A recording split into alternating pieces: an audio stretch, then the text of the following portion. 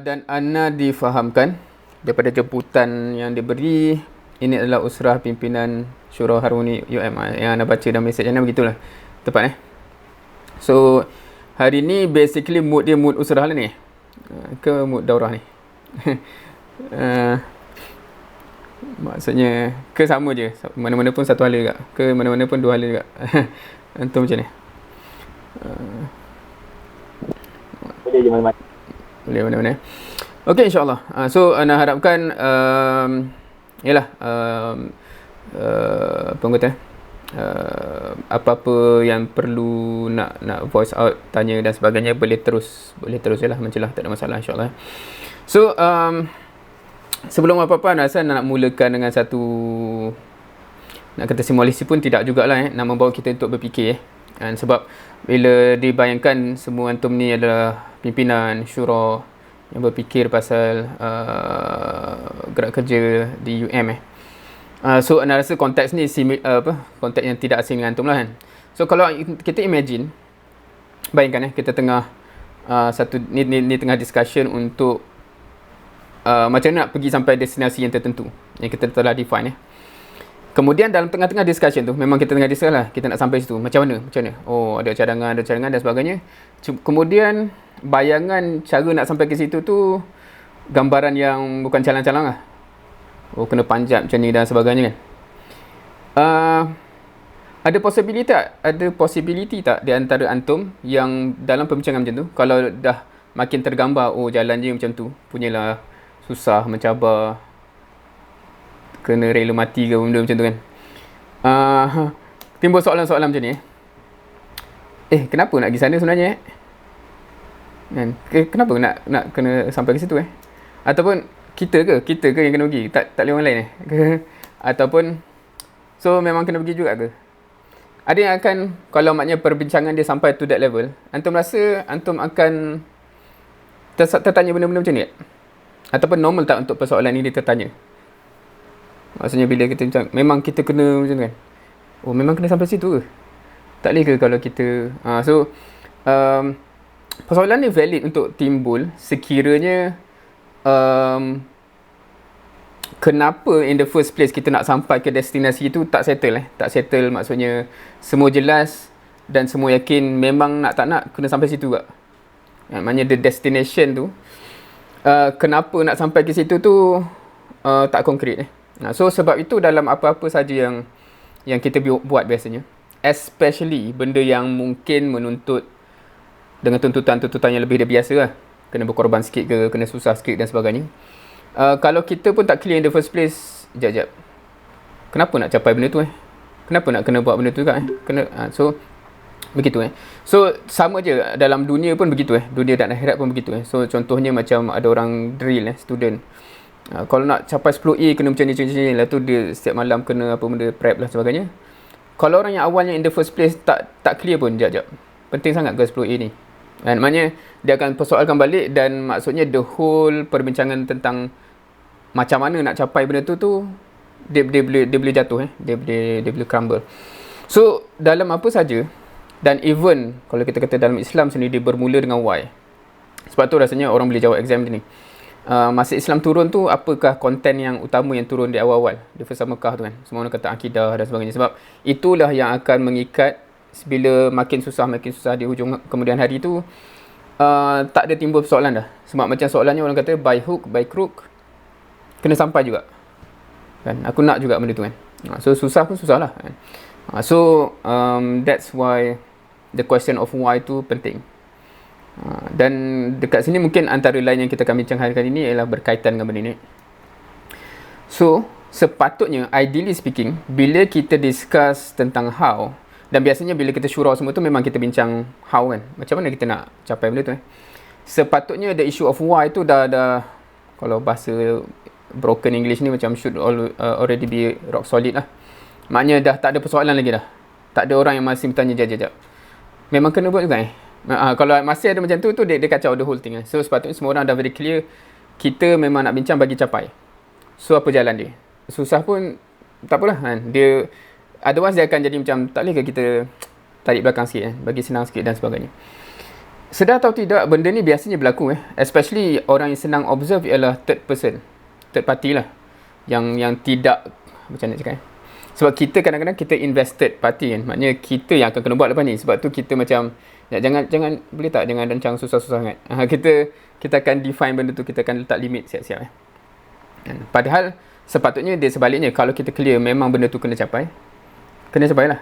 Okay, now dekat sini akan listkan beberapa item dan nak opinion antum boleh jawab spontan either bertulis atau bersuara sama ada antum anggap benda-benda ni dalam kategori benda ni how ke why. Faham ke? Maknanya kalau anda tunjuk, antum kata oh benda ni, oh ni cara, benda ni adalah satu bentuk cara untuk capai something, atau benda ni adalah reason kenapa something. Maknanya adakah dia kategori why atau how. Harmoni, adakah dia itu dalam kategori how ke why pada pandangan tu? Why? How? Why? Harmoni how? Apa harmoni how tu? How juga. Okay, interesting. Tak apa.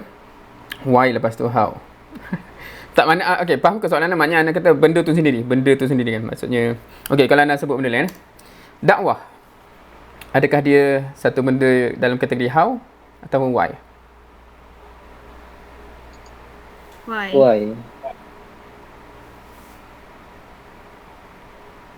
Why? How? Okay. Jangan takut-takut. Ni tak ada kena reshuffle surah ke tak ada.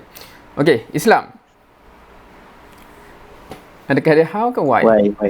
Why? Maknanya antum setuju dia sebagai satu reason lah kepada benda lain. Maksudnya gitu maksud antum. Betul ke? Tapi ada jawab how tu. Okay, siapa yang jawab how tu boleh justify? Antum melawan arus ni.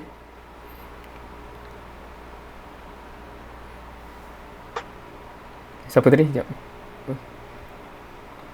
Jangan takut melawan arus, tak ada masalah. Ini perbincangan. Ke jawapan dia tarik balik. Tadi ada 2 orang kata how kan? Ke itu untuk jawapan yang sebelumnya. Now, from okay, of course kita boleh kata sebab kadang-kadang benda ni from which angle kita cakap. Contohnya bila kita cakap kalau kita cakap dalam perbualan biasa kita kenapa bangun pagi ni kan? Sebab nak pergi sekolah. Maksudnya dia macam bangun tu how kepada nak pergi sekolah. Tapi kita boleh tanya balik, kenapa nak pergi sekolah? Sebab nak belajar. So jadi macam pergi sekolah tu jadi how kepada why dia nak belajar kan. Dia boleh berantai begitu. So dia jadi macam in a way semua benda tu dia jadi macam perspektif yang kita tengok lah Tetapi yang nak highlight kat sini ialah Islam ni from the, kalau kita tengok macam mana dia turun tu, dia mainly how. Faham ke kalau macam tu? Maksudnya para sahabat bila dia nak jadi seorang Muslim tu, dia punya why tu disettlekan dulu. Maksudnya nak kejar redha Allah, nak lulus di hari pembalasan. So macam mana? Kena Islam lah, kena tunduk dan patuh. Maknanya ketundukan dan kepatuhan dia tu ialah cara untuk mencapai redha Allah. Dia bukan, sebab kadang-kadang kita ni ada somehow ada orang yang terbalik. Kenapa nak kejar redha Allah? Sebab saya orang Islam. Jawapan tu problematik sebab dia jadi macam, oh kalau macam tu orang Hindu sebab tu nak kejar redha Vishnu ke apa ke. Macam dia, itu bukan reason dia kan. Reason dia kita nak kejar redha pencipta tu, sebab itulah Islam. Sebab itulah Islam, sebab itulah satu-satunya yang dia redha. Macam tu. Now, bila kita bincang, sebab tu dia jadi macam, kalau orang nampak Islam tu how, dan reason dia di belakang tu sebab aku nak masuk syurga, sebab aku nak redha Allah dan sebagainya, keislaman dia tu, dia akan bincang macam mana baik hook baik crook aku nak masuk syurga juga. Susah-susah lah. Allah kata solat 5 waktu. Solat 5 waktu lah. Allah kata bayar zakat lah. Allah kata jaga aurat jagalah dan sebagainya. So dia sebab why dia settle. Kalau dia jadi why dia solahnya, kalau especially kalau yang silap faham, dah kebetulan kita Islam, kita kenalah percaya kepada Allah. Benda tu jadi pelik. Dia sepatutnya dia ada orang. kan. So sebab kalau macam tu dia jadi macam orang tu dah kebetulan Kristian, sebab tu dia percaya apa yang dia percaya lah kan. Dia tak sepatutnya gitu kan. Now seterusnya so sama juga kalau kita cakap, kalau from that perspective, dia punya core reason sepatutnya yang hujung tu, yang kalau antum hidup macam tu macam sebab tu lah aku Islam, sebab tu lah aku berdakwah, sebab tu lah aku dalam harmoni dan sebagainya. Dia punya why tu dia akan jadi why yang kukuh, yang menyebabkan kita tak goyah di masa susah. Contoh kenapa awak buat kerja ni? Sebab kebetulan aku duduk dalam harmoni. So anda boleh putuskan benda tu dengan keluar dari harmoni, aku dah tak payah buat lah. Sebab aku buat tu sebab aku dalam harmoni. Contohnya gitulah. Dia macam reason tu amat rapuh dan kita boleh potong macam tu saja. Tapi kalau reason in the very beginning, kenapa kita kat sini, sebab benda yang lebih besar, kita lari daripada benda tu, still benda tu akan menghambat kita. Kan contohnya kenapa yalah, kenapa kita solat kan, dia balik kepada reason natijahnya di akhirat tu. So kalau kita kata sebab aku Islam, itulah baik tak payah jadi orang Islam kan, senang sikit hidup. Dia jadi gitu. Ada orang fikir macam tu lah, sebab dia kebetulan dia ingat culture ke sebagainya. Okey, usrah ni kalau antum, how ke why? How. Okey, kalau dia how dan anda nak tanya apa why di sebalik usrah tu, siapa boleh jawab? Pandangan tu lah. Kenapa usrah in the first place? Why usrah? Ni bukan cakap usrah tu why. Maksudnya soalan, anda tanya pula soalan. Sebab bila kita cakap ni cara dia kan, cara untuk capai something lah tu. So apa di sebaliknya tu? Kenapa? Tarbiyah. Maknanya sebab nak tarbiyah. Sebab nak tarbiyah lah aku usrah. Macam tu Ada lagi? Ada yang cakap hobi ke, masa lapang ke? Tak ada. Sebab ada orang begitu.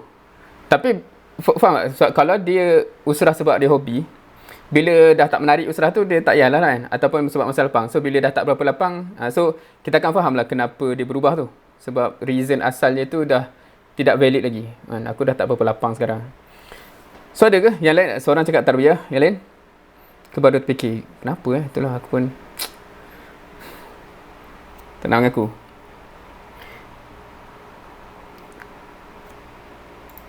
Okay. Now, siapa tahu, nak terus kepada ni sebab bila kita cakap pasal usrah ni, antum tahu ke dia asal-usul usrah, especially dalam bentuk yang kita kenali di sekarang, dia bermula daripada figure yang terpapar kat sini, Hasan al-Banna. Familiar ke? Semua familiar. Dan Hasan al-Banna memang ada buat satu risalah, nama dia tu Risalah Nizamul Usar. Usar tu jamak kepada usrah lah. Risalah sistem usrah. Ada yang pernah baca tak risalah ni? Diam tanda apa Diam tanda. Tak pernah. Tak pernah baca. Tapi pernah tahu tak ada risalah ni? Kan dia pun tak tahu, ada yang risalah tu. Tahu, tapi tak pernah selak detail-detail. Alright. Okay, sebelum kita masuk, sebab Ana just nak highlight sedikit, sebab kita nak relate lah kan, apa sebenarnya Al-Banna cakap pasal usrah yang di-establish tu kan. So dia cerita, tapi sebenarnya risalah Nizamul Usrah ni antara risalah yang amat pendek lah berbanding risalah lain So sebenarnya tak susah untuk baca. Risalah lain tu biasanya lagi panjang. Okay, sebelum kita masuk risalah tu, beberapa soalan just nak tahu. Ni kalau tahu cakap tahu cakap tak tahulah. Ni biasanya information yang kalau pernah dengar tahu, kalau tak pernah dengar memang tak tahulah. Adakah usrah telah wujud sejak awal Ikhwan lagi? Hasan al-Banna ni dia tubuhkan Ikhwan Muslimin So soalan dia, adakah kalau antum tahu jawab ya atau tidak, kalau tak tahu cakap tak tahu lah kan. Adakah usrah, ialah usrah sebab Hasan al-Banna yang establish usrah tu, dari awal Ikhwan Muslimin lagi dah tidak establish usrah tu? Adakah ya ataupun tidak, ataupun tak pernah tahu?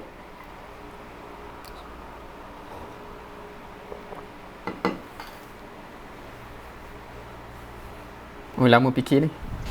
Ni bukan kira-kira kan. Ni macam tahu tak tahu lah. Rasanya tak. Kira-kira lagi? Tak pasti, macam ya. Tak. Ya, tak. Macam ya. Ya rasanya. Ya. Okey. Tak. Tak. Tak tu rasa ke memang anda tahu, pernah dengar info dia? Especially cakap dengan confident dia. Ke rasanya? Okey, kalau anda tanya pernah dengar lah. macam pernah dengar. Alright. Anda tanya soalan seterusnya. Tahukah anda Ikhwanul Muslimin tu tidak bermula dengan usrah tapi bermula dengan ketibah? Tahu ke tak tahu? Ni memang fakta lah ni. Maknanya memang dia bukan mula dari awal dengan usrah. Dia bermula dengan ketibah baru lepas tu shift kepada usrah. Siapa tahu? Siapa tak tahu? Tak tahu. Tahu. Siapa? Seorang tahu word katibah biasa dengar tak? Word tu pun ni apa? Biasa. Okey, pernah dengar. Biasa. Okey. Apa maknanya semua ni? Okey. Now, quite interesting sebenarnya. Kalau nak diceritakan ada satu risalah yang basically menceritakan ketika mana Al-Banna nak start establish katibah. So maksud tu form yang awal yang dia nak bentuk lah. Dan kemudian daripada katibah tu yang dia establish, kemudian lahirnya usrah kemudiannya. Ni akan ada cerita detail lah. Cuma malam ni mungkin tak sempat. Cumanya Ana pernah sampaikan penyampaian ni tak kala Al-Banna menggagaskan katibah. So siapa yang berminat dengan benda ni, at the end of the session boleh minta dia punya link lah kalau berminat sebab Ana tak boleh cerita malam ni lah. Ni saja pun dah sejam lebih kan untuk tajuk ni. Dan quite interesting sebab dia start katibah tu pun dah dekat 10 tahun. Ikhwan, maknanya usrah lagi lambat lagi lah. So siapa yang first time dengar mungkin dia akan pelik jap. Habis tu sebelum tu dia buat apa? Sebab katibah pun start lambat dalam ikhwan tu, usrah lagi lambat. Habis tu dia buat apa sebelum tu kan? 10 tahun pula kan. So that's one thing yang quite interesting kalau kita nak faham konteksnya dan kenapa dan sebagainya. So ini tajuk khas, siapa yang berminat ada full tajuk dia. Now kat sini anda terus petik balik kepada risalah usrah risalah Nizamul Usrah. Nizamul Usar. Ni perenggan awal, first perenggan dalam risalah Nizam Usar. Islam menekankan perlunya pembentukan ataupun kalau anda ambil word Arab dia takwin, usar ataupun usrah dari pengikut-pengikutnya yang dapat membimbing mereka kepada puncak keteladanan, mengokohkan ikatan hatinya dan mengangkat darjat ukhuwahnya dari kata-kata dan teori menuju realita dan amal nyata. Ni Indonesia punya translation. Kerana itu, wahai saudaraku ataupun wahai ikhwan, usahakan agar dirimu menjadi batu bata yang baik bagi bangunan ini atau Islam. Bunyanul Marsus. Now, siapa yang tak pernah baca dan bila baca mungkin ada benda yang akan mengejutkan dekat situ dalam konteks kebiasaannya kita kaitkan usrah dengan tarbiyah diri. Betul tak? Pembinaan diri jadi baik dan sebagainya. Tapi kalau antum baca kat situ, dia mainly cerita pasal nak mengubah dunia. Faham? Maknanya nak bekerja sebagai satu soft yang akan bergempur dan merubah dunia. So dia terkait balik dengan apa yang di cover masa sebelum tu juga, pasal masa dia cerita pasal katibah. Now, sedangkan pilar-pilar ikatan ini, so ikatan atau word Arab dia ribab tu, dia rujuk balik kepada usrah. Nah, pilar-pilar tu sekarang kita kenal sebagai rukun. Ada 3. Ni 3 rukun usrah kan. Ta'aruf, tafahum, takaful. Anda semua familiar. Hafalkan dan usahakan untuk mewujudkannya sehingga ia tidak hanya menjadi beban berat yang kering tanpa roh. So ini pesanan dari awal lagi. Maknanya kalau kita tak jaga 3 rukun tu, usrah kita akan jadi kering lah. So kadang-kadang rata-rata kita tengok benda tu berlaku bila memang kita tak jaga 3 benda tu lah. Ta'aruf, tafahum, takaful. Dia jadi macam majlis ilmu yang mengumpulkan stranger yang tak berapa kenal. So memang tak ada ta'aruf, tak ada tafahum, takaful, memang confirm dia akan kering. Dan anda tak akan ceritalah risalah ni sampai habis. Itu pun ada slotnya kalau nak. Tapi kalau antum baca dalam tu pun mungkin antum akan temui benda baru tentang apa yang Al-Banna cakap pasal ta'aruf, tafahum dan takaful. Sebab dia punya awal ceritanya, usrah yang dia bentuk ataupun katibah yang dia bentuk tu ada objektifnya yang mungkin kita tak biasa dengar sekarang. Sebab kita, especially kat Malaysia, dia dah jadi, usrah kita ni dah jadi something else a bit. So So kalau kita tadi ada mungkin ada kata tak pernah dengar, tak biasa dengar dua perkataan tu. Apa makna dua perkataan ni? Usrah dan katibah. Dua perkataan ni sebenarnya dua perkataan Arab Dan kalau kita tanya Syekh Google Translate, dia akan cakap usrah tu family. Semua kita tahu kalau sebut family yang tergambar apa? Akan tergambar family lah. Katibah. Siapa tahu? Apakah kalau Syekh Google dia kata translate katibah ni dia akan kata apa? Ada yang tahu? Ada yang pernah dengar? Pernah tahu? Ataupun boleh agak? Translation dia battalion. Family dengan word battalion? Ke tak pernah dengar? Oh, tak pernah dengar Antum hidup bawah tempurung ke apa? Battalion, tak pernah dengar battalion? Word battalion. Biasa kalau orang yes. Kalau orang yang familiar dengan word ni akan tergambar tentera lah. So ni just Ana ambil kalau US punya army punya division dia. So yang paling kecil tu squad, lepas tu ada platoon, company, battalion, brigade ataupun regiment, division and so on. So itu hierarchy, grouping of team So kalau antum perasan, daripada word yang Albana guna untuk apa yang dia establish, usrah dengan katibah. Sebab kita sekarang, bila kita sebut usrah katibah ni, kita akan terbayang, ni rata-rata kita akan terbayang program tau. Betul tak?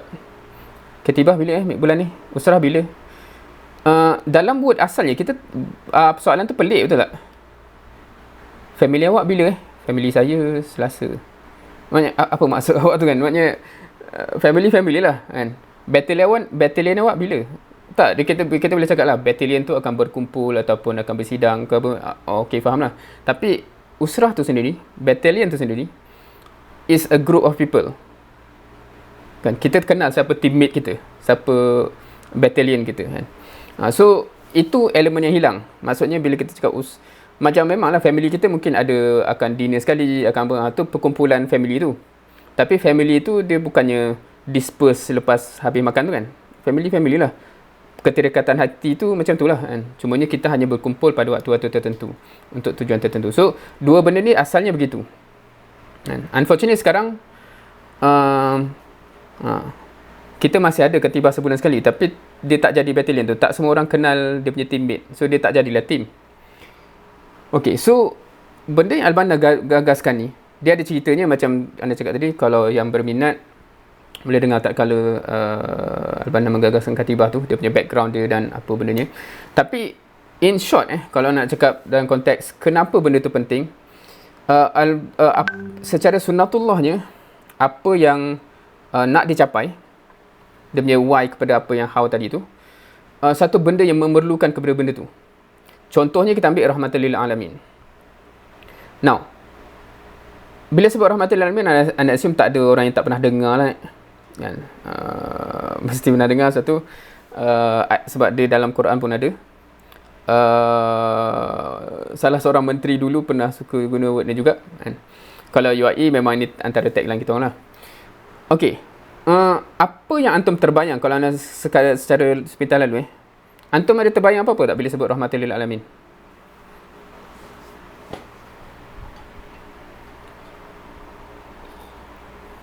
Inklusif. Demokrasi apa? Inklusif. Okey, lagi.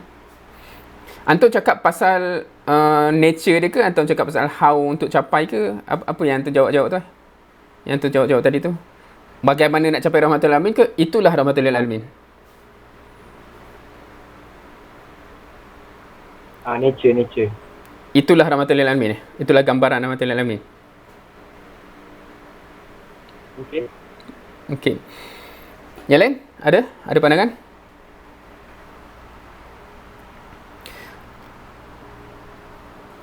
Apa tu? Now, ramai orang bila dia sebut benda ni kita akan tergambar kita berlaku rahmah kepada semua. Betul tak? Itu kegambaran tu. Okey. Kalau nak post senario macam ni, kita ataupun semua umat Islam telah pun berlaku rahmah kepada semua orang. Adakah itu automatically bermaksud rahmatan lil alamin telah tercapai? Faham soalan? kalau kita semua umat Islam telah pun berlaku rahmah, berlaku baik kepada semua orang, adakah itu automatically bermaksud rahmatan lil alamin telah tercapai? Tak semestinya. Kenapa? Kenapa tak semestinya? Sebab rahmatan lil alamin dua hala. Dia tak semestinya yang memberi je, tapi yang menerima pun kena rasa. Maknanya kita nak orang buat baik kat kita juga. Kena berterusan. Okey, ada lain? Bila alam ini bukan setakat pada manusia je. Okey. So, kita buat baik dengan binatang sekali.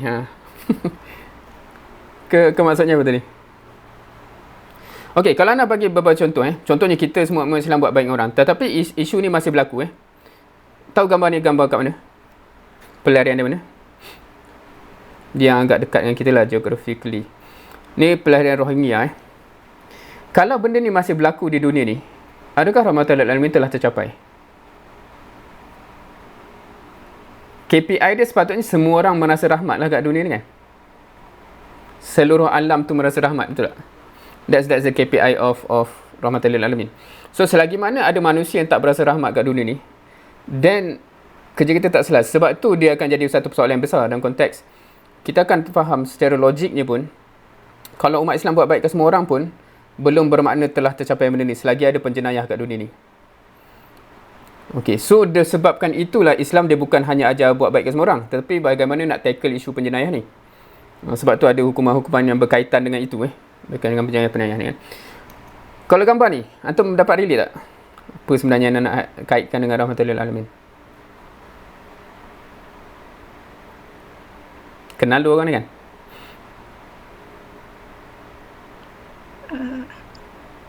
Ke tak kenal? Kau macam pakcik. Pasti perjanjian antara Kenal. dua negara. Antara China Perjanjian. dan Korea. Okey, lagi. Tapi tak tahu. Okey, kalau North Korea, antum ada gambaran ke apa yang berlaku kepada rakyat dia? Apa nature negara dia? Okey. Bebasannya disekat. Kalau kita cakap pasal rahmat yang paling tinggi ni kalau kita nak from that perspective lah adakah rakyat Korea ni berpeluang untuk mengenali Islam? Antum merasa? Ataupun jangan haraplah Islam punya boleh masuk, pendakwah boleh masuk dalam tu kan. Contohlah, tu antara discussion dia sekian. Apatah lagi kalau kita cakap pasal orang kata hak kemanusiaan dan sebagainya. Kalau China pula adakah isu-isu dengan China ni? Dalam konteks contohnya yang heboh sekarang ialah dekat Xinjiang tu. Yes, semua tahu kisah tu kan. So, selagi event-event macam tu berlaku, bolehkah kita nak claim kita telah mencapai rahmatan lil alamin? Now, bila kita faham macam tu, bila kita faham, kalau betul kita nak capai rahmatan lil alamin ni, semua isu tu kena selesai, how dia akan berubah tak? Kalau antum cakap benda yang aku nak capai ialah itu rahmatan lil alamin, dan sebelum ni kita akan rasa how dia ialah kita buat baik dengan semua orang. Tetapi kalau antum faham semua benda ni pula, adakah itu how yang cukup buat baik dengan semua orang? Tak kan? Dia macam kita kena akan sampai bagaimana kita deal dengan semua orang ni. Sama ada dia kena buka dia punya, tak tahulah kan, sekatan ke apa benda. Myanmar tu masih berlaku benda tu, dia kena berhenti, dia kena dan sebagainya. Bila fikir macam tu, baru antum akan nampak misi Islam tu besar mana dan how dia tu kena macam mana. Dan sebab tu dia akan relate balik dengan Al-Banna gagaskan tu, dia kena bentuk dari awal orang-orang yang ready untuk bersama dengan soft, yang utuh, yang untuk boleh settle semua benda ni in the long run, in the long term so dia bukan so from that perspective baru kita akan nampak patutlah macam tu kan. Okey, malam ni pun tak sempat, so ini lagi satu recording yang dah ada. Siapa yang berminat boleh tengok. Direlatekan usrah ni, kenapa usrah ni macam tu sebenarnya, kenapa Al-Banna buat usrah ni macam tu, penting ke sebenarnya tarbiyah dan sebagainya. Ada recording dia. So yang ni video tadi tu sebab Ana cakap kalau siapa yang nak tengok boleh minta link sebab dia unlisted belum yang Katibah tadi. Video ni nak buat public je. So kalau antum search dekat YouTube channel tu ada dekat rakaman bahasa Melayu tu, dalam banyak-banyak tu salah satunya video pasal tarbiyah penting ke tak penting tu lah. So siapa berminat benda tu boleh tengok. Sebab Ana rasa ramai orang yang ikut usrah ni dia tak pernah tahu usrah tu kenapa in the first place. Dan sebab tu dia cara dia buat usrah tu pun jadi pelik-pelik. Okay. Seterusnya, bila kita cakap kita nak capai benda yang besar macam ni, how to create real impact? Sebab ini satu persoalan yang real bagi orang yang memang fikir nak capai benda tu lah. Macam mana really boleh capai ke in the end Ustaz Rahmatullahi Alamin contohnya? Bila kita gambarkan itulah gambarannya, ke memang macam tu memang tak boleh capai kot dan sebagainya. Secara umumnya kalau nak pecahkan pada dua elemen besar, satu, apa yang kita kena buat ni sepatutnya ada real impact on the ground. In teori harapnya boleh faham kot, straightforward je. Tapi ramai orang tak perasan benda ni kerana dia buat program yang tak ada impact kepada reality je. Dia shock sendiri je. Alhamdulillah kita dah buat program. Ada impact apa tak? Tak apa, tapi tak ada kot, tapi orang seronok. Macam tu kan. Satu lagi ialah jundi sebagai tunjang. Word jundi ni familiar ke jundi? Biasa bila kita cakap pasal usrah tu, dia akan mainly cerita pasal itulah pembinaan jundi. Dalam video yang pasal tarbiyah, kepentingan tarbiyah tu memang dia cerita panjang lah nak justify kenapa penting sangat jundi ni. Dan antum biasa familiar ke dengan perbincangan berkenaan itu? Ada antum yang Tidak. Oh, tak biasa sebut jundi, faham ke? Tak. Tak. Apa maksudnya tu tadi? Kalau kita translate, jundi ni bahasa Arab. Kalau kita translate biasanya kita akan cakap soldier ataupun tentera ataupun askar. Bukan bayangkan senjata. Bukan bayangkan senjata. Bayangkan level disiplin dan readiness untuk dideploy. Faham ke dua word tu? Tentera begitu kan? Maksudnya sekiranya ada misi apa-apa. Antum pernah tengok Pascal tak? Siapa nak mengaku? Pernah. Ada kan satu episod satu babak ketika yang tiba-tiba dia panggil semua orang, ada yang tengah nak balik jumpa isteri lah apa, tengah makan lah, dia dapat call, dia terus datang semua. Itu nature tentera. Itu nature tentera. Dia latih begitu. Dia bukan macam kita kan. On the way. Okay, on the way. Itu bukan tentera lah namanya kan. Itu blue tick je lah apa benda semua kan. Tu cerita lain kan. Tapi tentera dia macam tu. Nature dia bila dipanggil, bila kita cakap sami'na wa ata'na dan sebagainya, itu gambaran dia. Bila ada misi on the spot. So biasanya orang yang macam doktor kadang-kadang dia latih begitu juga. Dan maksudnya dia on call kan. Dia ready. Dia ever ready untuk perform bila-bila dipanggil. Itu karakter tentera. Dan sebenarnya kalau kita faham macam tu, wasilah tarbiyah kita memang design untuk itu sebenarnya. Kan maksudnya kita semua sibuk, semua kita ada kehidupan masing-masing, tetapi kita dilatih dari awal bagaimana benda yang kita sepakati bersama. Okey, liqah ke daurah ke apa, semua orang kena pandai-pandai atur hidup dia untuk bila benda yang begitu on time kita ada kat situ. Macam mana kita nak semua hidup kita memang macam-macam lah. Tak ada orang tak sibuk kan.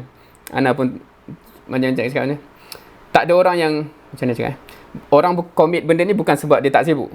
Tapi dia melatih diri dia untuk menyusun kehidupan supaya benda yang kita sepakati bersama tu kita boleh komit.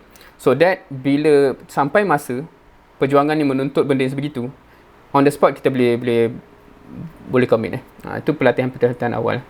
So kalau kita faham macam tu, baru kita faham, oh sebab itu. Macam biasa datang juga, daurah ni kena datang ke? Sebab kalau orang salah faham, oh kena datang sebab ilmu dan sebagainya, benda tu sebab yang rapuh lah. Sebab kalau kat UIA ni dia ada clash dengan program ilmu lain kan. Baik aku cari ilmu lain lah. Tapi dia kena faham dalam konteks itu. Dia perlatihan jundi tu. Kalau tu apa dia? Jundi tu apa? Penting ke tak penting? Okay, in short lah kan. Ni tajuk, dah keluar tajuk. Antum boleh tengok video tadi tu. Tapi just sebab aku ada tak pernah dengar. Semua, okay, kalau kita tengok nama-nama yang kita kenal dalam sejarah Islam kenal Salahuddin Al-Ayyubi, kenal? Muhammad Al-Fatih, kenal? Adakah Kenal. dia, okay, Muhammad Al-Fatih, apakah episod yang lead kepada pembukaan Constantinople tu yang famous? Tahu kisah tu? Satu cerita yang agak luar biasa yang dia buat, yang lead kepada pembukaan Constantinople. Tarik kapal naik bukit lah. Yes. Pernah dengar? Semua pernah dengar cerita tu? masa nak pergi Turki tu, pergi Istanbul, dia ada museum Al-Fatih tu, diukir besar-besar, ramai-ramai tarik. Now, kisah tu famous, tapi ramai orang tak ambil pengajaran kisah tu. Kita kenal Muhammad Al-Fatih. Kita tak kenal jutaan ataupun ratus ribu orang jundi di belakang dia. Faham tak jundi? Sebab bukan Muhammad Al-Fatih yang pergi tarik kapal tu. Dia bagi arahan. Kalau kita tarik tak? Inilah akidah kita ni, suka bagi arahan pelik-pelik ni kan. Mana logik tarik kapal ni? Kita gitu tak? Betul tak? Kita bukannya, okey, akidah kata macam tu lah. Kan? Dia berjaya, kalau kita tengok mana hadis kita, Muhammad Al-Fatih, Salahuddin Al-Ayyubi, Rasulullah SAW dan sebagainya, dia berjaya kerana di belakang dia ada jundi yang bila diberikan instruction, jalan. Itu jundi. So kita akan faham, di sebalik nama yang famous tu, ada ribuan orang jundi yang tak dikenali namanya, yang menjayakan benda tu. Kalau dia seorang-seorang, semuanya belakang Muhammad Al-Fatih tu kita, tak jadi lah. Kan, tak jadi macam, on the way insyaAllah. Apa benda jadi tak tahulah apa jadi kan. So, tu nak kata kenapa latihan jundi tu penting untuk menjayakan misi bila call for. So, dalam berkaitan dengan dua benda ni, sebab tu kita ada dua-dua sisi ni. Yang on the ground tu, kalau masa term yang biasa digunakan, dakwah ammah, harakah zahirah. Dakwah ammah, faham ke? Dakwah umum, pergerakan yang orang nampak, zahir. Dan jundi ni pula, pelatihan dia biasanya macam kita bayangkan bawah tanah sikit lah. Dakwah takwir ni lah, pembinaan jundi. So, orang umum tak berapa nampak sangat proses-prosesnya. Kan, dalam usrah, daurah dan sebagainya. Dah 9.35. Okay, so fast forward. Anda just nak highlight DNA of this jamaah lah. Dari awal, dari Al-Banna masa dia gagaskan jamaah ni, nature-nya, kalau antum pernah baca risalah Hal Nahnu Qaumun Amaliyun, contohnya. Nature kita bukan orang yang berteori sahaja. Kita bukan orang yang sembang kencang sahaja. Bila kita tahu ada benda perlu diselesaikan, kita actually make it happen.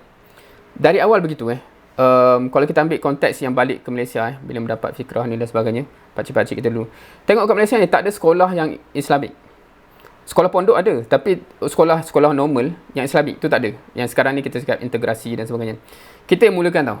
Al-Amin, Hira, daripada zaman benda tu pelik. Ana batch kedua sekolah Hira.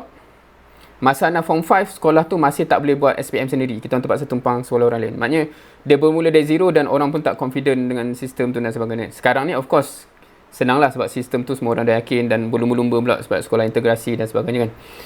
Itu contoh. Contoh lain apa? Banyak lagi contoh lain.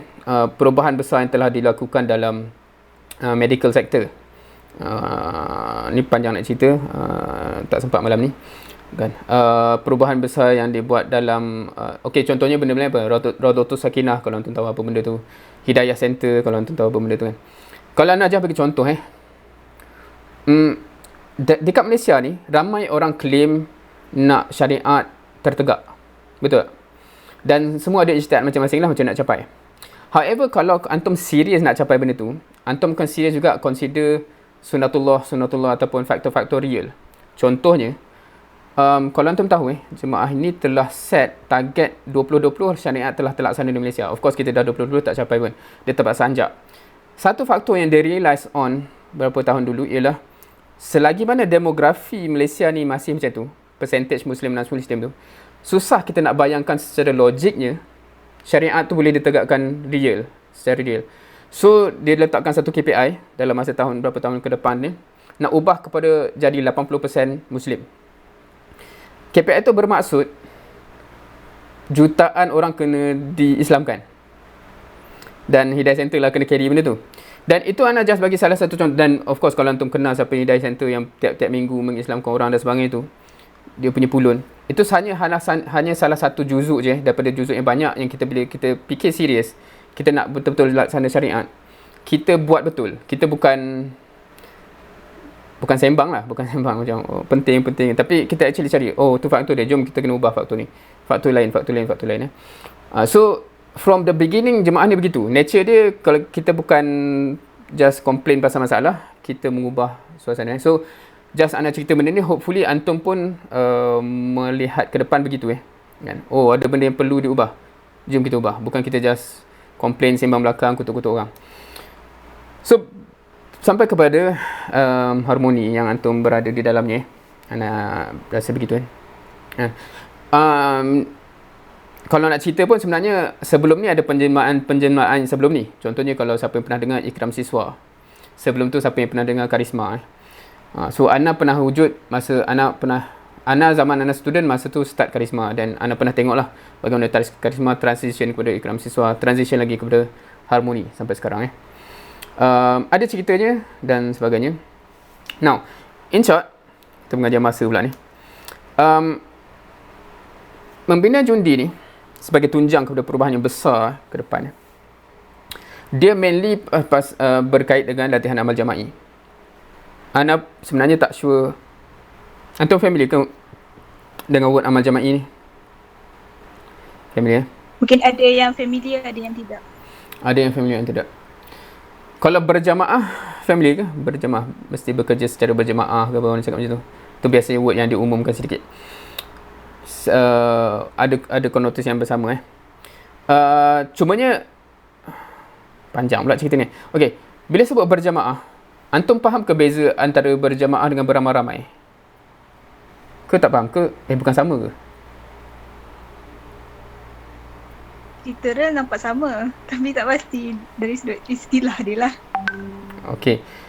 Kalau antum pergi, sebab antara berjamaah ni kalau paling senang kita nak faham, kita tengok solat berjamaah. Kalau antum pergi masjid, biasanya bulan Ramadan benda ni obvious. Lepas biasa Ramadan ramai orang pergi masjid solat isyak tu. Lepas solat isyak, biasanya sebelum tarawih tu orang solat ba'diyah, betul tak? Biasanya orang akan bangun solat ba'diyah ramai. Kalau kita masuk ketika tu, ramai orang tengah solat. Dia solat beramai-ramai ke dia solat berjamaah?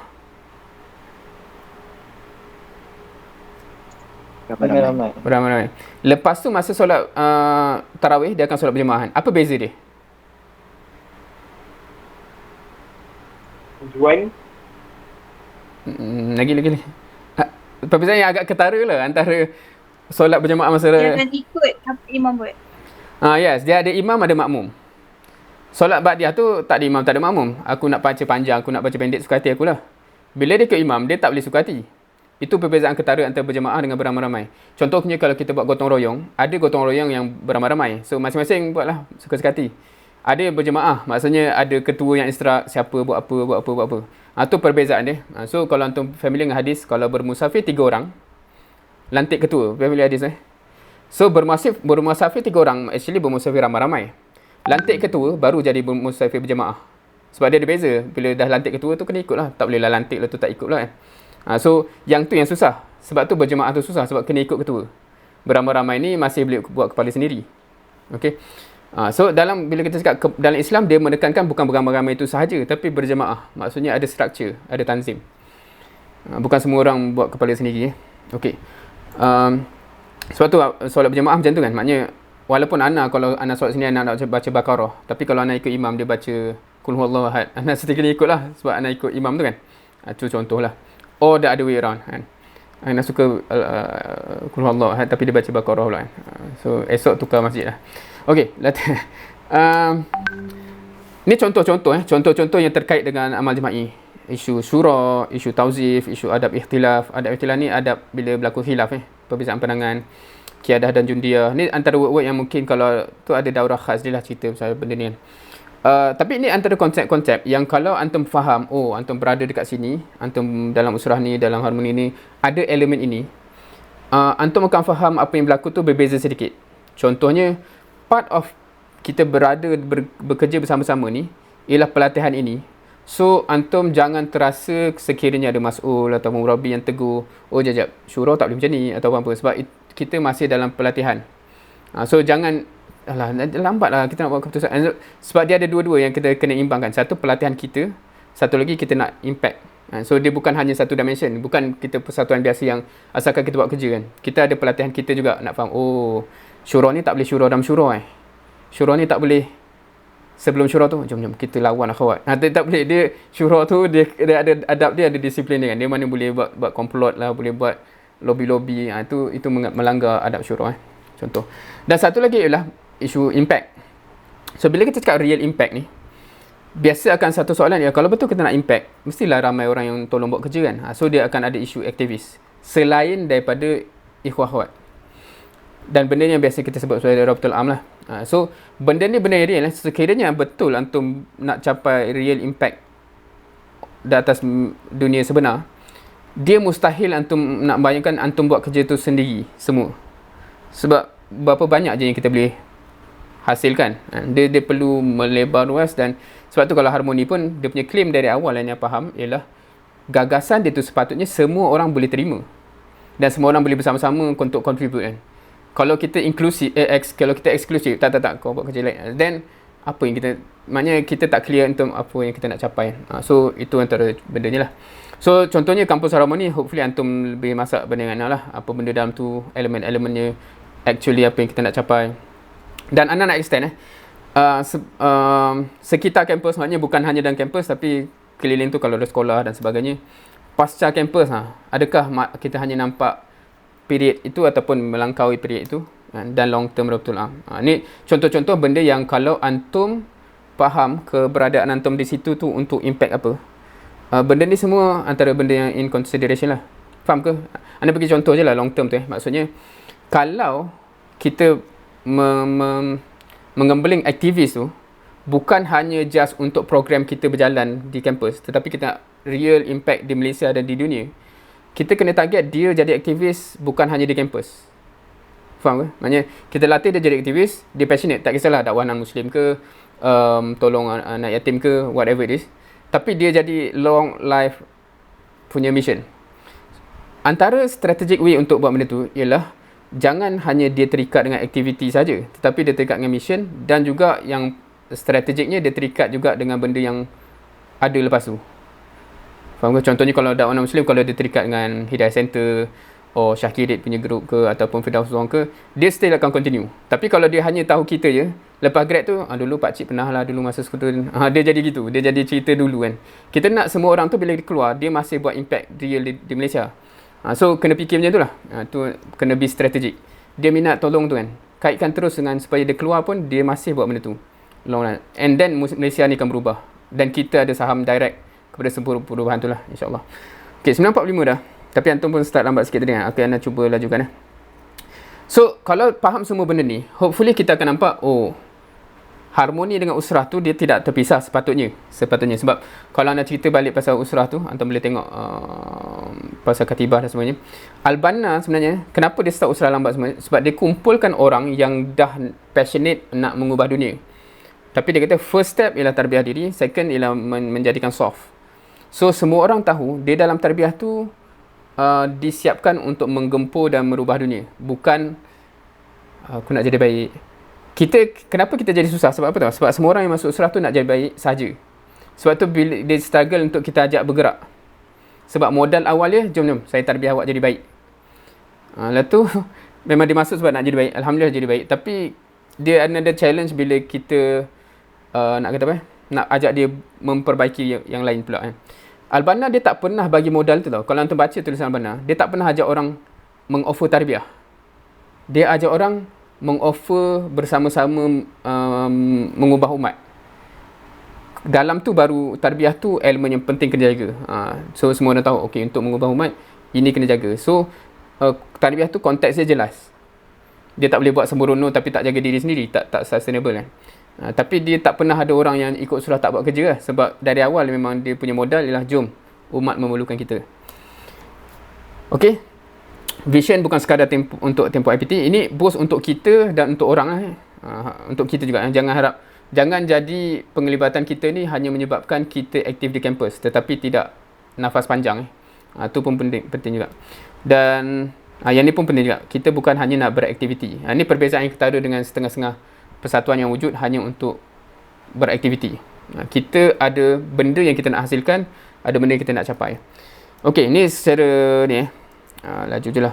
Anda selalu tanya, antum fikir tak pasal survival IPT? Sebab setengah IPT tu bila dia grad dah nyawa-nyawa ikan kan. Tapi anda punya point ialah kalau fikir survival IPT walaupun macam bagus tapi tak cukup. Sebab sepatutnya semua orang berfikir macam mana nak ekspor, dia nak berkembang kan. Barulah sampai dunia tu. Kalau kita semua nyawa-nyawa ikan je survive, bila nak sampai dunia tu kan. Okay, anda akan skip benda ni. Benda-benda ni semua dalil-dalil yang nanti anda, siapa yang nak dengar pendalilan semua benda ni, Nak bagilah kot rakaman retreat harmoni UPM bila, sebab dia panjang lagi. Cerita macam point dia basically ialah ni, kita ni kejar hasil ke kita asalkan buat kerja? Sebab ada silap faham yang besar di kalangan umat Islam pasal benda ni. Asalkan buat something. Itu salah faham besar yang amat besar dalam Islam lah. Dalam dalil-dalil itu semua menggambarkan kita kena kejar certain benchmark. Dan ada pembincangan dia lah. So siapa yang tak pernah dengar boleh tengok recording tu insyaAllah. Sama juga peristiwa hijrah menunjukkan strategi tu penting. Okay, so yang point anda highlightkan bawah tu sikit.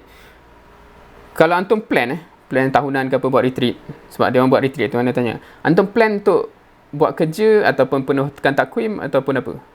Kan, sebab kadang-kadang dia jadi gitu kan. Jom kita buat plan. Sepatutnya kita kena plan untuk capai something. So in the end, sekadar sebab ni penutup lah kan.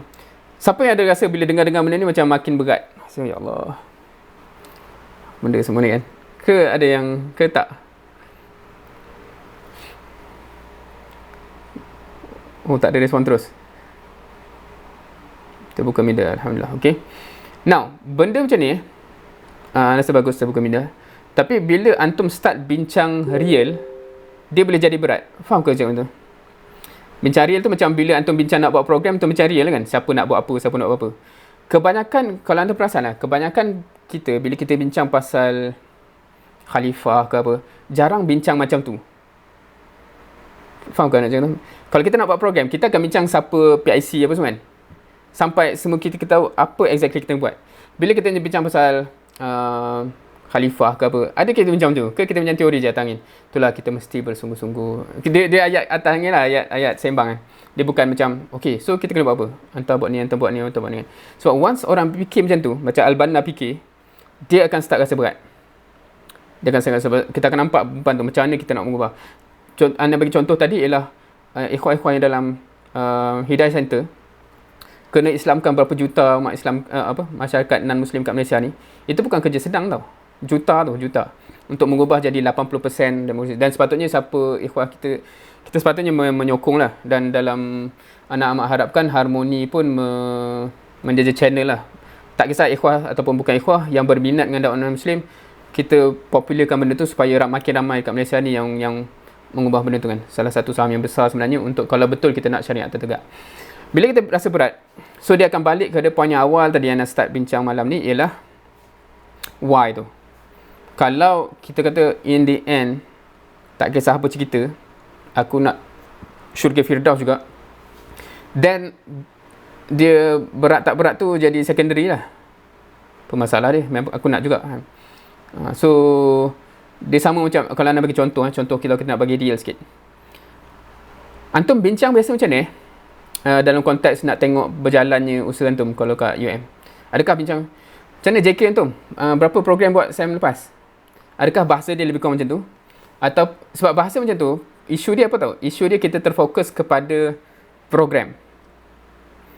Sedangkan kita sepatutnya fokus pada impact tadi. Dah macam mana perubahan masyarakat kita, kampus kita? Masih ramai ke yang tak solat 5 waktu? Once antum bincang macam tu, antum akan start rasa berat. Sebab nak capai benda tu, dia bukan sekadar buat program. Betul tak? Isu kita, okay, ni ada research kat US, dia kata non-profit selalu isu benda ni. Sebab duit ni senang orang nak faham. Contohnya, okay, kalau ambil contoh yang mudah nak faham. Kalau antum ada campaign untuk kumpul dana RM100,000 untuk bantu something, bantu orang susah ke apa kan, kita perlukan RM100,000. Lepas tu antum buat 3 program dalam satu semester tu. Lepas tu ramai datang, tapi kutipan antum lepas 3 program tu dapatlah RM10,000. RM10,000 daripada antum punya target RM100,000. Adakah antum lepas tu kata, wah bagus lah, at least ramai datang. Bagus ramai datang. Kan antum rasa, macam mana ni? Kita tak cukup ni. Faham ke perbezaan mindset tu? Sebab bila pas cakap pasal duit, biasanya orang senang faham. Ramai tak ramai pun kita feel ni sebab ramai datang tapi tak ada orang nak keluar duit. Apa masalah dia ni kan? Tapi dalam bab selain duit, kita jadi susah tau. Kita buat kempen nak solat 5 waktu. Kita check tak solat 5 waktu tu? Ke alhamdulillah ramai datang dia kata seronok. Apa masalah? Tak. So semua dah solat ke? Maknanya kita tak pergi ke situ. For whatever reason. Kita somehow cara kita fikir tak macam tu. Biasanya kalau anda pergi mana-mana Harmoni yang cakap macam tu, dia akan komplain tapi susah nak gauge macam tu. apa, macam mana nak cakap, adakah susah tak susah tu menjadi macam mana cakap, point untuk menyebabkan antum tak buat? Kalau betul antum kata tujuan kita nak menyebabkan orang solat, kita memang nak bagi sampai kita tahu orang solat lah. Dia bukan isu susah tak susah. Oh, sebab susah kita tak payah check lah. Kita buat je program. Dan kita nak buat program ke kita nak orang solat? Maknanya sebab kalau antum nak berubah tu, antum nak tengok lah apa impact dia. Masih ramai yang tak solat ke? Contohnya benda-benda yang isu-isu mendasar, orang meniru dan no exam. Kalau masih ada benda-benda rokok ke, dadah ke apa, itu semua isu real. Yang ni anda just lontarkan satu cabaran juga. Kebanyakan grup dakwah di IPT semua berkumpul di kalangan orang yang sedia nak jadi baik. Antum setuju ke kalau macam tu? Maknanya semua grup dakwah sedar tak sedar program dia hanya cater orang yang memang awal-awal memang nak jadi baik dah. Sedangkan majoriti yang memang hardcore, yang masalah, yang membawa masalah ke negara ni, tak ada siapa yang tap dia. Itu satu cabaran lah. Sebab memang susah lah kalau kita macam mana nak cari diorang tu pula. Sebab diorang tak akan datang kita buat iklan. Kita kena pergi kat dia. Somehow kena fikir macam mana kan. Tetapi kalau semua orang masih macam tu, anda tutup dengan ni lah. Even di ikhwan antarabangsa pun dah start bincang macam tu. Dia kata, apa makna kewujudan dakwah di setiap negara Islam ni? Sekiranya statistik negara masih macam tu, pembuangan bayi meningkat, apa makna kita wujud? Ada apa-apalah, tak kisah lama dia, Ikram, PAS, BIM ke apa, tapi wujud tapi pembuangan bayi masih meningkat, kes-kes jenayah masih meningkat. So kita wujud ni untuk apa? Dia ada soalan real kat situ. Do we have any impact? So kat situ yang kita kena shift mindset ke. Kalau semua gerakan Islam fikir macam tu, semua tap dan merubah masyarakat tu, insya-Allah dia akan berubah. Otherwise dia akan berpusing macam tu lah. Orang baik sama dengan baik, tapi problem tu tak selesai sampai ke sudah. Wallahu alam. Tu sekadar harapnya lontaran-lontaran yang apa orang kata harapnya membuka minda dan sebagainya, dan harapnya membuahkan amal lah. So anda kembalikan kepada siapa tadi? MC, pengurusi ataupun Allahu alam. Ana ada soalan. Sudah. Okay. Sebab tadi Ana macam berminat lah bila doktor kata pasal jundi sebagai tunjang. Okay, Ana faham jundi tu apa, tentera, tapi Ana tak faham bila doktor sebut jundi sebagai tunjang tu, maksudnya bila kita tengok dia tu dari sudut apa? Karakter, pemikiran atau dan how to letakkan practicality dia dekat zaman sekarang ni lah, dalam pimpinan yang sekarang yang sedia ada. Sebab kalau kita nak refer back kepada jundi yang betul-betul jundi, macam Ana tak berapa nak jelas macam mana nak letakkan dia tu, letakkan jundi tu sebagai tunjang dalam benda yang realiti. Macam tu. Okay, jazakillah atas soalan. Now first kalau nak tanya macam ni, untuk konteks kita nak tengok ni, adakah semua sahabat, para sahabat di zaman Rasulullah SAW dilayan sebagai jundi? Kalau antum pada persepsi, adakah semua para sahabat dilayan sebagai jundi? Tak.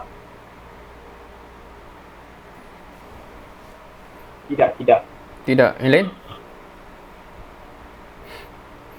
Kalau tidak, siapa yang jundi? Siapa yang bukan? Maksudnya pengklasifikasian tu berlaku macam mana?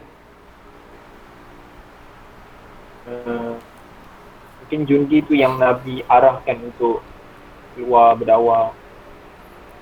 Okey. Kalau antum baca ayat-ayat yang turun ayat-ayat teguran kepada orang yang tak nak keluar berjihad dan sebagainya kan, ataupun yang bagi alasan. Dan kalau perang Tabuk tu contohnya,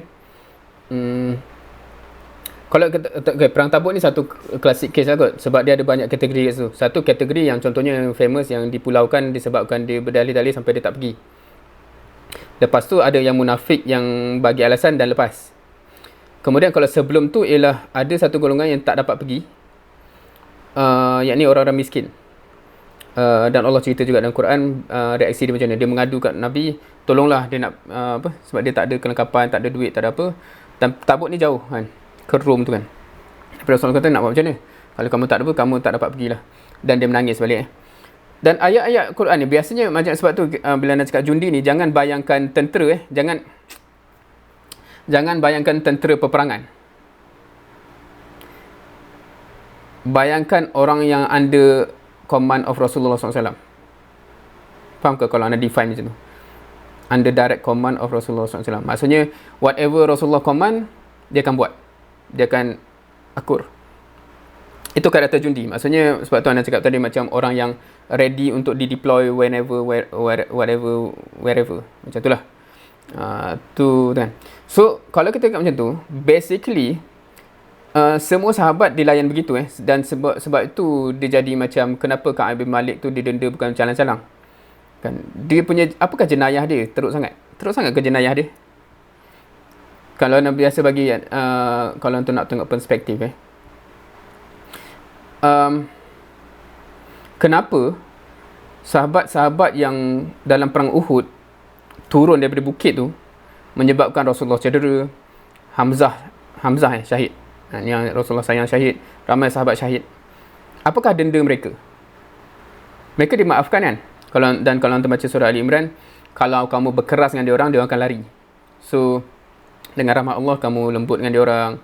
Kalau anda baca ayat tu dan make sure dia orang masih dalam syura dan sebagainya. Jangan keluarkan dia orang. Nanti dia terasa dan semua dia lari terus. Tu cara layanan dia. Dia orang telah menyebabkan 80 orang syahid ke apa.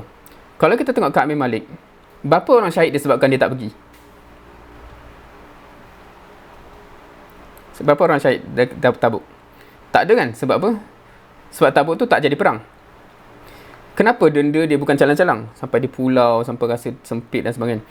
So, kalau antum faham benda tu, dia semua sahabatnya dilatih kejundian dia tu dilatih tip-top oleh Allah SWT dan Rasulullah SAW. Untuk misi ni maknanya once Rasulullah wafat, mereka boleh bawa ke seluruh dunia lah. Maksudnya dia dilatih gitu. Kalau kita faham konteks tu, baru kita akan faham kenapa dahsyat sangat denda-denda yang sebegitu. Sedangkan dia macam tak macam apa masalah dia, apakah jenayah dia kan? Dia bukan bunuh orang, dia just tak, dia berdalih sampai dia tak pergi join perang. Okay. So itu satu, maknanya nak faham, para sahabat tu dia treat begitu cumanya of course tauzifnya berbeza. Contohnya Abdullah Ibn Maktum kita biasa dengar dia, nama dia famous dengan surah Abasa. Tapi nama dia kalau antum baca sirah, antum akan quite familiar, dia antara orang yang selalu Nabi tugaskan untuk jadi pengganti Nabi di Madinah bila Nabi berperang keluar kan. So contoh. So itu isu tauzif. Maknanya orang kadang-kadang dapat tugasan yang berbeza. Ada yang kena pergi medan perang dan sebagainya, dan ramai wanita yang tak pergi. Sebab tu dia orang komplain kan. Macam mana nak match dengan laki-laki ni kan, dia orang boleh perang apa semua kan. So pahala besar kata orang tak fair kan. So itu ceritanya. Now, bila kita tu bila ana relate dengan Salahuddin Al-Ayyubi, Muhammad Al-Fatih tu, ana nak highlight dalam konteks dia orang willing untuk laksanakan apa saja command. Sebab bila kita cakap ana highlight kat situ, bila disuruh untuk tarik kapal atas darat tu bukan calang-calang punya arahan tu. Kalau nak kata tak logik, kalau nak kata seksa dan sebagainya lah. Tapi dia willing. So itu ceritanya bila kita cakap pelatihan jundi tu. Dalam konteks ke depan Al-Banna dah terbayang fasa dakwah ni akan sampai ke yang contoh kalau wallahu alam apa yang akan berlaku depan. Contohnya sekiranya Islam telah establish dan North Korea masih North Korea macam kita tahu dia tu, dia perlu diselesaikan. Faham ke kalau nak cakap macam tu? Conceptually lah, dia perlu diselesaikan. Sebab sama konsep macam kenapa Islam pergi kepada Rom, Parsi dan sebagainya tu. Sama konsep begitu selagi umat dia baliknya tu tertindas dan sebagainya, kita tak boleh berdiam diri. So siapakah yang akan dikomand dan sebagainya, itu cerita pembinaan jundi tu. Maksudnya tulang belakang tu dalam konteks orang yang hidup mati dia untuk kejayaan dakwah dan Islam, dan bila diberi arahan dia akan laksanakan. Dia ada beza antara jundi dengan aktivis. Sebab tu anda sebut juga aktivis tadi. Aktivis ni bila dia free, bila dia ni dia akan support, dia akan buat, dan banyak impact yang kita akan dapat susun bersama dengan dia orang. Tetapi jundi ni a different level. So nak cakap macam ni, Satu perbincangan panjang lah sebenarnya kalau nak cakap benda tu. Sebab tu dia walaupun nak cakap macam ni. Ya, macam mana dah soalan tadi tu. Walaupun dah lost pusing-pusing ni. So, kalau nak kata apa ya? Kalau kita baca zaman Madinah, kalau nak kumpul ni. Kalau anda tak tahu antum dah start sampai ke perbincangan itu. Kalau antum baca surah Madinah, sahabat tu ditrain, macam mana cakap okay, kalau kita nak simpulkan, word yang directly related dengan jundi tu ialah amal jama'i. Kalau nak bagi simple, faham kan? Maksudnya settle-nya dia dalam amal jama'i. Bila cakap ni banyak keluar benda nak cakap tapi takut lama. Okay, kalau antum tahu ke surah Al-Fath, apa dia punya latar belakang? Inna fatahna laka fatham mubina. Kan, dipendekkan cerita, banyak perbahasan. Apakah apa? Itulah satu-satunya ayat dalam Quran yang Allah kata aku bagi kejayaan. Biasanya Allah kata Allah bagi iza jaa nasrullahi wal fath. Aku bagi bantuan dan kemudian baru datang fath. Tak pernah tempat lain Allah kata aku bagi fathu sendiri. Faham ke? Maknanya biasanya Allah kata nasrullah. Aku bagi bantuan daripada Allah dan lepas tu kemenangan tu datang. Tak pernah tempat lain kecuali dekat situ Allah kata aku bagi menang terus. Kemenangan tu. Dan kemudian pula ada emphasize belakang tu. Fatham mubina pula. Kemenangan yang no doubt. Tapi bila orang kata macam mana, apa kemenangan tu? Sedangkan banyak yang relate kisah tu dengan perjanjian Hudaibiyah. Betul tak? Kat mana menangnya Hudaibiyah tu? Antum pernah dengar ke kupasan ni? Hudaibiyah tu menang macam mana pula? Menang yang nyata pula tu kat mana menang dia? Kan? Tapi nak pendekkan cerita, sebab ni satu daurah yang panjang kupasan ni. Ujian yang menimpa sahabat di Hudaibiyah adalah ujian kemuncak. Sebelum tu macam-macam ujian dah yang bukan jalan-jalan. Isra' Mi'raj, cerita tak logik. Yakin tak? Iman tak? Kan? Hijrah, kena tinggal harta, tinggal apa? Lulus tak lulus. Lepas tu Badar, Uhud, apa semua kan. Kalau pendekkan cerita, masa perang Ahzab kan, perang Khandaq, dia orang dah tahu dah. Semua umat Mekah, Arab ni nak serang dia kan, nak bunuh dekat Madinah. Tapi Allah bantu lepas tu. Just setahun lepas tu, Nabi kata dia dapat mimpi, kita masuk ke Mekah dalam keadaan berihram. Itu dah bukan calang-calang ujian keimanan, betul tak? Baru je lepas tu dia orang datang nak bunuh kita semua. Kau kata kau mimpi kita masuk tak bawa senjata masuk Mekah. Itu serah leher namanya kan. Tapi lepas juga. Tapi tahu kan tak dapat kan. Pergi tak dapat masuk. Episod tu makin memuncak. Maknanya ujian demi ujian sampai the climax lah. Maknanya lepas Osman dah diingat mati apa semua tu. Kemudian Nabi kata tak apa, kita balik. Semua itu first time dalam sirah sahabat tak dapat terima, betul tak? Maknanya selama tu samina wa ta'na tu solid sampai kat situ. Itu macam sahabat dah beyond, dah tak boleh terima dah. Until Rasulullah SAW lead by example tu dan kemudiannya sahabat ikut. So satu kupasan pasal Fatham Mubina tu ialah dia bukan isu Hudaibiyah punya perjanjian tu. Dia bukan isu apa-apa tu. Dia isu level of ketaatan sahabat tu telah teruji sampai the tip-top maksimum habis dan dia orang lulus. Itulah kemenangan nyata. Kamu berjaya membina jundi yang bukan calang-calang dan lepas itu with that Allah nak bagi kemenangan duniawi. Lepas tu Fathul Mekah apa tu senang je. Allah bagi macam domino dia jatuh. So dia ada satu kupasan kat situ dalam konteks kita punya kejayaan adalah sejauh mana kita berjaya membina level of discipline, quality orang kan. Nak buat program ni satu hal, tetapi membina orang sehingga mereka boleh jadi tip top macam tu, berjuang untuk Islam macam tu, ketaatannya macam tu, untuk perjuangan tu, itu bukan calang-calang. Dan Allah kata once itulah kemenangan kamu kan. Yang lain tu aku bagi bantuan, aku bagi malaikat apa semua tu, kamu dapatlah menang tu kan. Tapi yang tu itu pun satu kupasan yang quite interesting dalam konteks bagaimana benchmark yang diletakkan atas pembinaan para sahabat. Wallahualam, mungkin tak dapat jawab secara tuntas, tetapi itu maknanya terfikir untuk lontaran-lontaran berkenaan dengan jundi itulah kan. Wallahualam. Sama. Alright. Dah 10 ada lagi soalan ke? Last kalau ada, jika ada. Ana ada soalan. Silakan.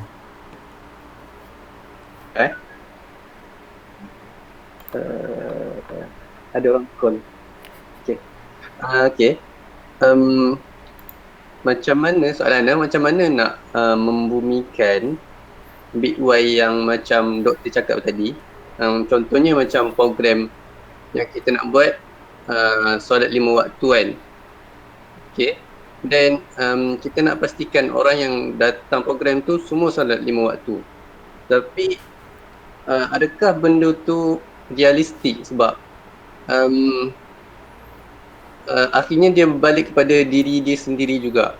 Dan kalau kita still nak pastikan dia betul-betul solat 5 waktu, adakah dia memang realistik lah maksudnya. Dia macam benda tu sangat payah dan kalau kita nak buat benda tu akan memerlukan masa yang sangat panjang. Dan adakah kita ni sebagai mahasiswa yang mempunyai satu sesi saja, maksudnya satu tahun saja untuk pegang jawatan ni, so adakah ia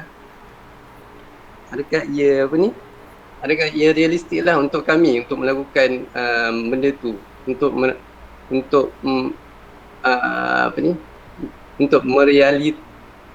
macam mana dia punya ayat, untuk merealisasikan Big Y tersebut. Faham ke doktor? Anak tak tahu nak explain macam mana untuk simple word.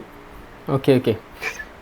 Now, kalau nak relate dengan soalan tu Rasulullah SAW, tadi ayat tu kan, ma arsalnaka illa rahmatan lil alamin kan. Ada ayat dia. Kan, maknanya Allah kaitkan Nabi diutuskan untuk rahmatan lil alamin. Betul realistik tak? Sedangkan kita tahu dalam sirah Rasulullah SAW wafat, Islam baru sampai ke mana? Kemudian dia baru berkembang-kembangan. So kita kena faham kat situ. Dia bila kita cakap apa yang kita nak capai ni, dia jangan associate dengan diri kita, batang tubuh kita tu saja.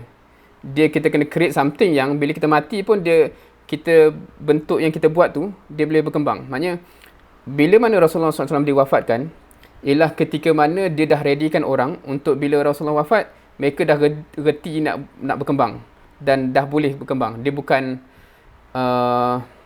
dulu ada salah faham macam tu tau. Macam kalau kita ni hebat, anak kat IPT hebat lah, sebab tu masa anak keluar terus jatuh IPT tu.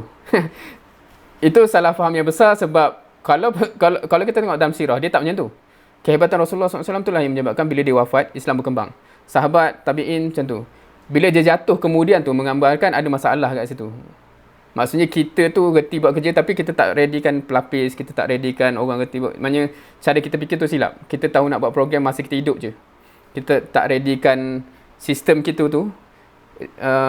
Sebab tu kalau bila kita cakap apa yang Al-Banna gagaskan tu, dia quite interesting. Kalau antum hidup tak masa zaman Syekh Ahmad Yassin, Palestin?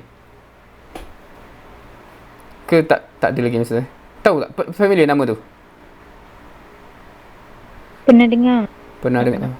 Oh, ni zaman bila antum kecil lagi masa ke tak hidup lagi? Lepas tu sebab dia syahid, antum tahu dengan Apache ke apa. Lepas tu pengganti dia Abdul Aziz Rantisi tak salah. Kemudian syahid lagi, kena tembak lagi. Lepas tu siapa? Quite interesting. Dalam konteks dia dikenali sebagai seorang hebat. Tetapi dia syahidnya, tiba-tiba naik orang pengganti dia yang hebat juga. Syahid lagi, naik orang lain. So maksudnya dia macam kita punya sistem tu melahirkan orang. Kau bunuh leader ni, ada orang 10 orang lagi yang ready untuk menggalah tugas yang sama. Kualitinya sama hebat. Dia berbeza dengan orang yang bergantung pada figure tu. Mati figure tu, matilah kita. So dia quite interesting apa sistem yang Al-Banna gagaskan. Sebab tu bila Al-Banna syahid pun, dia tak jatuh ikhwan tu. Dia dah readykan orang yang faham sama faham apa semua. So kita kena faham macam tu. Maknanya kita perlu tu, kita jangan buat program. Kita bina sistem yang menyebabkan aku dah keluar pun benda ni berkembang dan impact tu makin real sampai akhirnya jadi 100% real lah. Dia bukan satu generasi punya cerita ni. Dia kena jadi macam, bayangannya ialah macam mana nak IPT ni in the end menyebabkan siapa-siapa masuk IPT ni je, lepas dia keluar 4 tahun dia jadi solat, dia jadi apa, somehow universiti tu kita dah corak begitu kan. Nak terbayang kampus Harmoni punya tu, in a way antara impact dia begitulah. Maknanya kampus tu dah jadi sampai orang yang masuk keluar jadi makin intelek, makin matang berpolitik, makin ilmuwan, makin bla termasuk juga Islamic punya side. So macam mana nak tu dia bukan isu perbincangan dia besar lah. How dia tu more complex than whatever yang kita biasa. Itu hakikatnya lah kalau kita nak target begitu. Sama je macam ikhwan tu, dia bermula dengan antum tahu ke ikhwan tertubuh tu berapa orang? Macam kalau kita start tubuhkan, dia macam anda rasa benchmark dia sama macam limit minimum harmoni untuk tubuh je. Berapa orang je. Tapi macam mana daripada berapa orang tu jadi sekarang sampai berpuluh-puluh negara. So cara dia fikir macam tu. Dia bukan buat program kat masyarakat dia, kempen solat ke apa. Dia create sistem orang yang di samping impact tu dia buat, tapi dia generate orang dengan laju supaya makin jutaan orang yang buat benda yang sama. So dia jadi problem untuk kita. Dia ada satu perbincangan juga. Kita biasa kita fikir nak buat tu, kita masih fikir dalam kepala aku yang buat program tu. Kita tak fikir macam nak. Sebab kalau company dia tak fikir macam tu, betul tak? Dia akan ada HR dia untuk hire manager ke apa, dia assemble team untuk buka negara baru ke apa kan. Dia akan human resource tu dia fikir. So kita pun kena ada benda tu lah. Automatically human resource tu, either yang masuk sistem dan faham macam kita, or yang tak nak masuk sistem pun tapi yang boleh kata jom aku rasa penting solat ni, aku nak contribute sama-sama. Dia tak masuk Islam tak apa, tapi as long as dia akan bantu kat situ dan sebagainya lah. So kita sentiasa menggembeling. So dia sama macam antum tengok orang biasa-biasa, bukan biasa, yang orang yang menjadikan movement kan, macam gelendangan ke apa. Kadang-kadang dia start dengan 2-3 orang yang passionate, tapi dia absorb orang lain sampai benda tu je besar. So dan impact dia boleh buat pun lebih besar. So sama je begitu. Itu satu, from the perspective of bagaimana Rasulullah, sahabat dan sebagainya, dia sentiasa bina orang yang boleh continue the work. Tu satu. Maksudnya kita jangan fikir isu kita personal, kita kena create system. Kedua, bila cakap pasal yang sebab awal tadi yang tak cakap pasal, dia kan isu hati, macam mana? Dia kan pilihan orang, macam mana cakap? Yalah, kehendak dia sendiri dan sebagainya. Itu memang hakikat. Perubahan manusia ni, dia berbalik kepada pilihan personal masing-masing. Sebab tu usaha kita, dia sepatutnya tertumpu kepada itu. Faham ke kau macam tu? Sebab tu Islam pun turun untuk mempolish orang, hati orang, supaya dia buat decision yang sepatutnya. Kita bukan, Islam turun bukan paksa orang kan. Pakai tudung.